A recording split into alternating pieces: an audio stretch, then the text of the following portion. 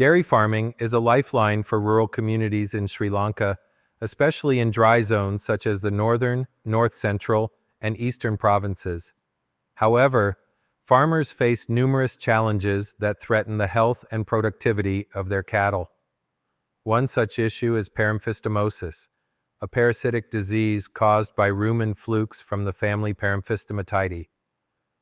Although less known than liver fluke infections, paramphistomosis can significantly impact dairy farming by reducing milk yield and overall animal health.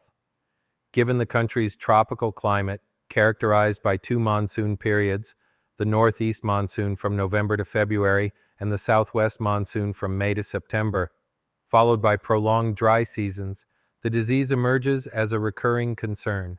The abundance of water during the rainy season creates ideal breeding conditions for the intermediate host snails, facilitating parasite transmission. The life cycle of paramphistomes is complex and depends on both cattle and specific freshwater snails, such as Planorbis and Limnea. It begins when infected cattle excrete parasite eggs through their feces. These eggs hatch in water, releasing myricidia that infect snails. Inside the snail, the parasite develops into a cercaria, which is eventually released and attaches to aquatic vegetation as metacercariae. When dairy cattle graze on contaminated vegetation, they ingest the metacercariae.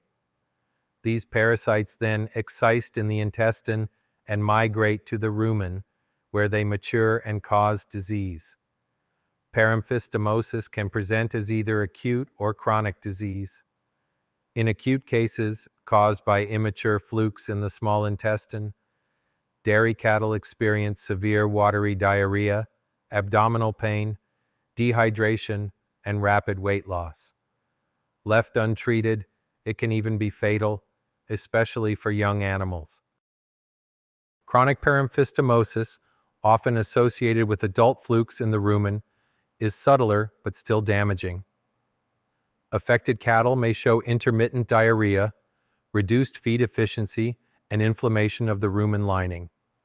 The most significant economic loss for farmers is reduced milk yield, as cattle struggle to digest food and absorb nutrients efficiently. Paramphistomosis is particularly common in Sri Lanka's dry zones, including the northern, north-central, and eastern provinces. The abundance of stagnant water during monsoon rains creates perfect breeding grounds for the snail hosts. Interestingly, the post-monsoon transition period is particularly dangerous. As water bodies recede, cattle are more likely to graze on vegetation contaminated with high concentrations of infective metacercariae. This makes both the rainy and early dry seasons critical for disease prevention.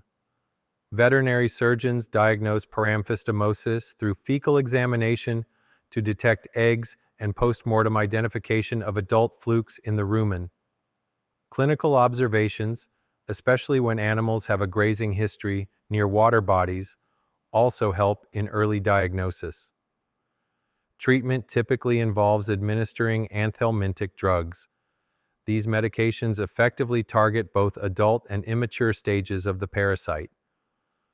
Supportive care such as fluid therapy and nutritional supplements helps animals recover faster. To safeguard cattle health, Sri Lankan dairy farmers must adopt a combination of preventive measures: pasture and water management. Avoid grazing near stagnant water bodies during and after the rainy season. Ensuring clean drinking water for cattle is essential. Snail control. Applying molluscicides and promoting biological control methods can reduce snail populations. Strategic deworming. Administering deworming treatments before and after the monsoon season helps control infections. Dairy farmer awareness programs. Extension officers can conduct training sessions with the support of veterinary surgeons and distribute informational materials to help dairy farmers identify early signs of paramphistomosis and take preventive action. In India, extensive use of strategic deworming and pasture management has reduced the prevalence of paramphistomosis. Thailand has adopted biological snail control methods, while Brazil emphasizes rotational grazing and improved water management. African countries have seen success through community-based awareness initiatives. Sri Lanka can benefit from adopting similar best practices tailored to its local farming conditions.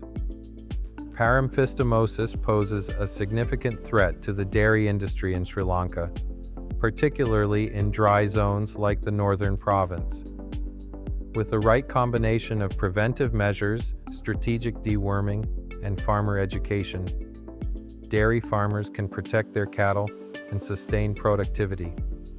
By learning from successful global strategies and fostering strong veterinary surgeon offices, dairy farmer partnerships, Sri Lanka can mitigate the impact of this parasitic disease and support the growth of its dairy sector.